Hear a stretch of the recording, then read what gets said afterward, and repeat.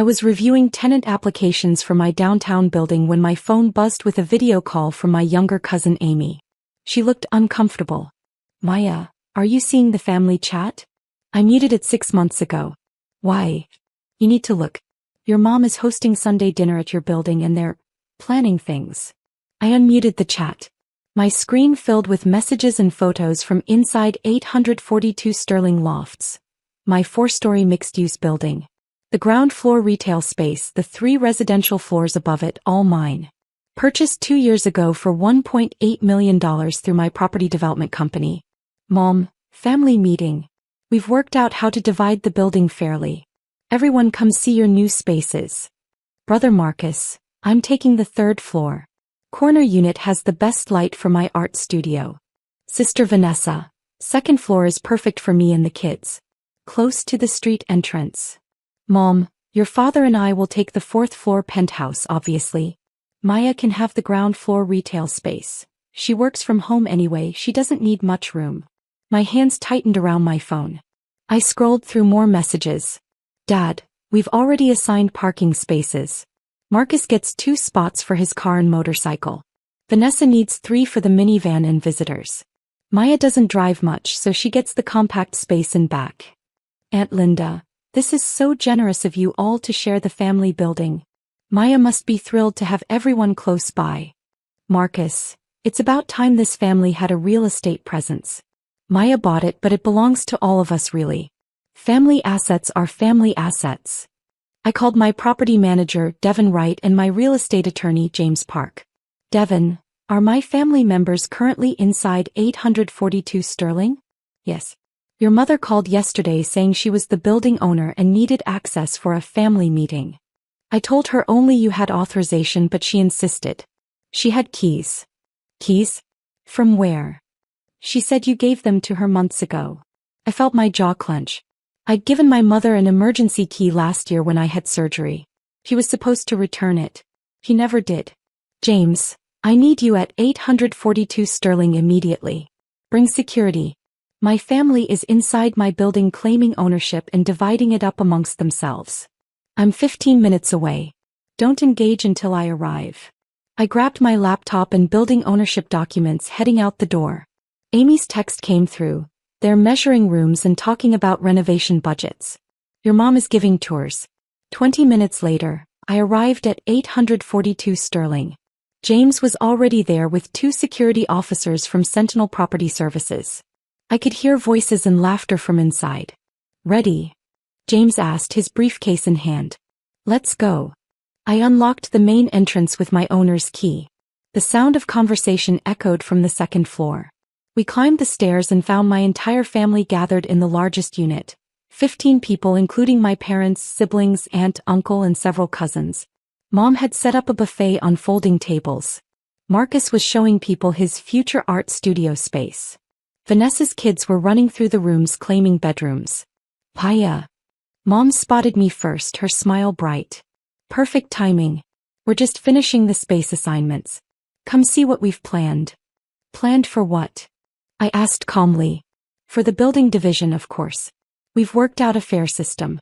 Each adult sibling gets a floor, your father and I get the penthouse, and... Stop, I said. Everyone stop what you're doing. The room quieted. Marcus turned from the window where he'd been measuring wall space. Maya, don't be dramatic, he said. Mom's just organizing how we'll all share the building. It's a family asset. Obviously, we're not going to make you homeless. You get the ground floor. This building isn't a family asset, I said. It's my asset. I own it. Fully. Through my company, Apex Property Development LLC. James stepped forward, opening his briefcase. I'm James Park, Ms. Chen's real estate attorney. These are the property records for 842 Sterling Lofts. He laid documents on the folding table, scattering paper plates. Purchased 23 months ago by Apex Property Development for $1.8 million. Sole owner, Maya Chen. There are no co-owners, no family trust, no shared ownership structure of any kind. Dad picked up the documents, scanning them. But Maya bought this with family money. When we gave her $20,000 for her business startup. You gave me $20,000 8 years ago when I started my software consulting firm, I interrupted. I paid you back in full within 18 months. With interest. I have the canceled checks. That money has nothing to do with this building, which I purchased with profits from my property development company. Vanessa crossed her arms. You never said you owned an entire building. We thought you rented an apartment somewhere. I invited you all to the building's grand opening 18 months ago. The invitation said, Apex Property Development Presents, 842 Sterling Lofts, A Maya Chin Project. No one came. You said you had better things to do than attend my little real estate hobby event. James pulled out more documents. Ms. Chin owns 3 commercial properties and 5 residential buildings in this city. Her real estate portfolio is currently valued at $8.3 million. This building generates $15,000 monthly in rental income from the ground floor retail tenant and 2 of the residential units. Wait, Marcus said slowly. People are renting here? Living here? Yes. The ground floor houses a boutique coffee shop. The second floor northeast unit is rented to a graphic designer. The third floor west unit is leased to a young couple. All legal tenants with signed leases. Mom shook her head. That can't be right. The building was empty when we got here. Because the second floor northwest unit and third floor east unit are between tenants, I said. And the fourth floor penthouse is my personal residence. Where I live. The place you're currently trespassing. Trespassing? Dad's voice rose. We're family. You gave your mother keys. I gave Mom an emergency key last year when I had surgery. For emergencies only. Not for unauthorized entry and certainly not for hosting family dinners where you divide up my property. One of the security officers stepped forward. Ma'am, we're prepared to escort everyone out if needed. Aunt Linda looked uncomfortable. Maybe we should just go. This seems like a misunderstanding. It's not a misunderstanding, Mom said firmly. Maya needs to learn about family. This building is too much for one person. She's being selfish keeping it all to herself when we could all live here together. James's expression hardened. Mrs. Chin, your daughter owns this building outright. She has 3 legal tenants and lives here herself. She has every right to determine who occupies her property. You have no legal claim to any part of this building. But family shares. Vanessa protested. Maya's always had money. The least she could do is help her family out. We have needs too. What needs? I asked. Marcus, you live in a 2-bedroom apartment that you've never invited me to see. You told Mom you were between opportunities last month and needed rent money. Did she give it to you? Marcus looked away. Vanessa, you drive a brand new SUV and just got back from a week in Cancun. Your kids go to private school. Dad, you play golf 3 times a week at the country club. Mom, you redecorated your entire house last year. None of you are struggling. You just want more and you've decided my assets should become your assets. You have so much. Mom cried. Multiple buildings. Why can't you share? Because I earned it. I built my software consulting firm from nothing. I saved every dollar, learned real estate investment, took calculated risks and built a portfolio. I did that alone. None of you helped. Most of you didn't even believe I was capable. I pulled out my phone, opening old messages. Here's the text from 2 years ago when I told you I was buying this building. Marcus wrote, yeah right Maya. You can barely afford rent. Vanessa wrote, stop making up stories for attention. Mom, you wrote, that's nice dear, let us know when you need help with real financial planning. The room was silent now except for Vanessa's kids, who'd stopped running and were watching nervously. James pulled out another document. This is a formal trespass notice. You're all hereby notified that you're on private property without authorization. Security will escort you out immediately. If any of you return without Ms. Chen's explicit written permission, you'll be arrested. You can't be serious, Dad said. We're family. Family doesn't break into each other's buildings and assign themselves apartments, I replied. Family doesn't dismiss each other's accomplishments and then try to claim the results of those accomplishments as their own. Marcus stepped forward angrily. So what, you're just going to kick us all out? Embarrass us in front of everyone? You embarrassed yourselves. You broke into my building through a party, divided up spaces you have no right to, and told the entire family that you own parts of my property. I'm just correcting the record. The security officers began moving people toward the stairs. Aunt Linda gathered her things quickly, avoiding eye contact. Cousins shuffled out, murmuring. Vanessa's kids looked confused as she hurried them along. Mom stopped at the door, tears in her eyes. I can't believe you're doing this. Your own mother. I can't believe you stole my keys, broke into my building and tried to give away my property. Your own daughter. She left without another word. Only Marcus remained, staring at the space he'd claimed as his future art studio. I already posted on Instagram that I was moving into my new loft. Then you should probably post a correction, I said. He left, slamming the door. James supervised while Devon and the security team did a full sweep of the building. We found Marcus's measuring tape left behind, Vanessa's kids' toys scattered in one room, and Mom's serving dishes still on the folding tables. We're changing all locks tonight, Devon said.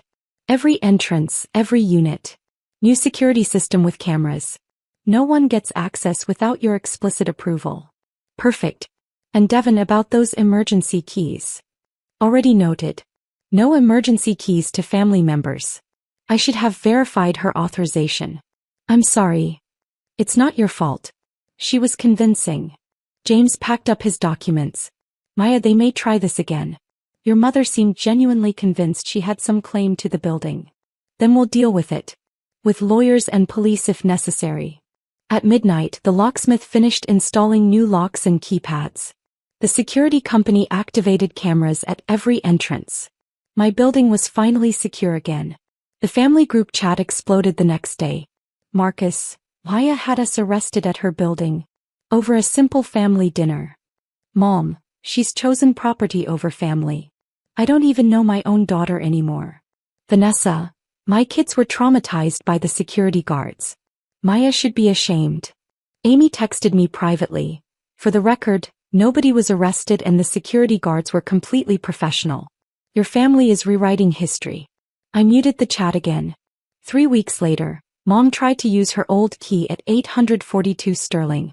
The new security system alerted me and Devon immediately. Police arrived and gave her an official trespass warning. She told relatives I'd called the cops on my own mother over nothing.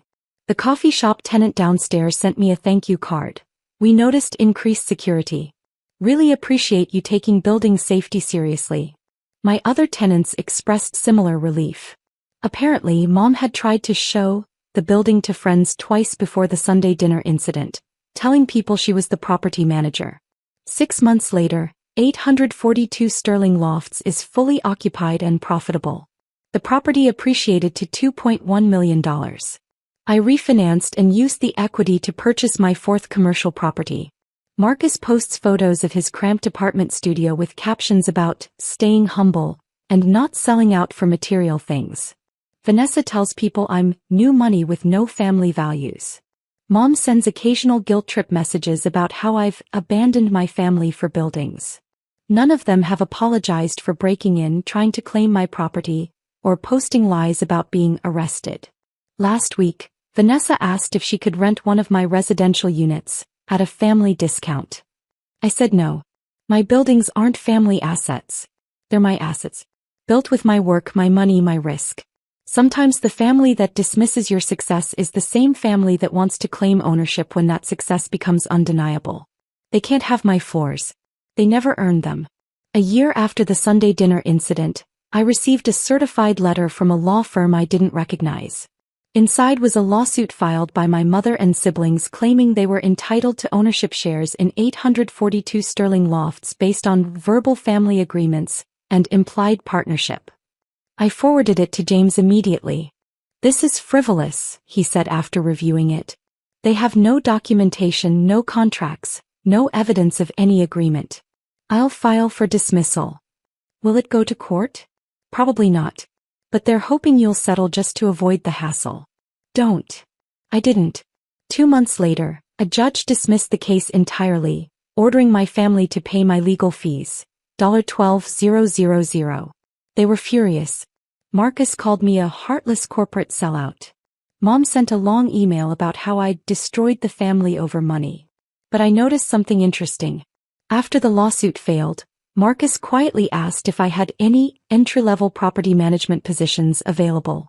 Vanessa inquired about real estate investment advice. Dad mentioned he'd always been interested in commercial properties and wondered if I needed a partner. They didn't want to reconcile. They wanted access to my success now that they couldn't steal it outright. I declined all their requests. My property portfolio now includes 6 commercial buildings and 8 residential properties across 3 cities. Annual revenue exceeds $2.3 million. I employ a staff of 12, including property managers, maintenance teams, and leasing agents. Last month, I was featured in a local business magazine, Maya Chin, How One Woman Built an Empire from Code to Real Estate.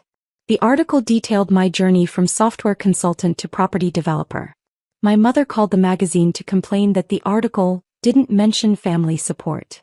The editor told her they only print verified facts. I keep the property records for 842 Sterling Lofts framed in my office. A reminder that ownership means something. It's not just a name on paper. It's responsibility, risk, investment, and work. My family wanted the rewards without any of those things. They hosted one Sunday dinner in my building and thought that entitled them to floors, parking spaces, and equity they never earned. But buildings don't work that way. Success doesn't work that way.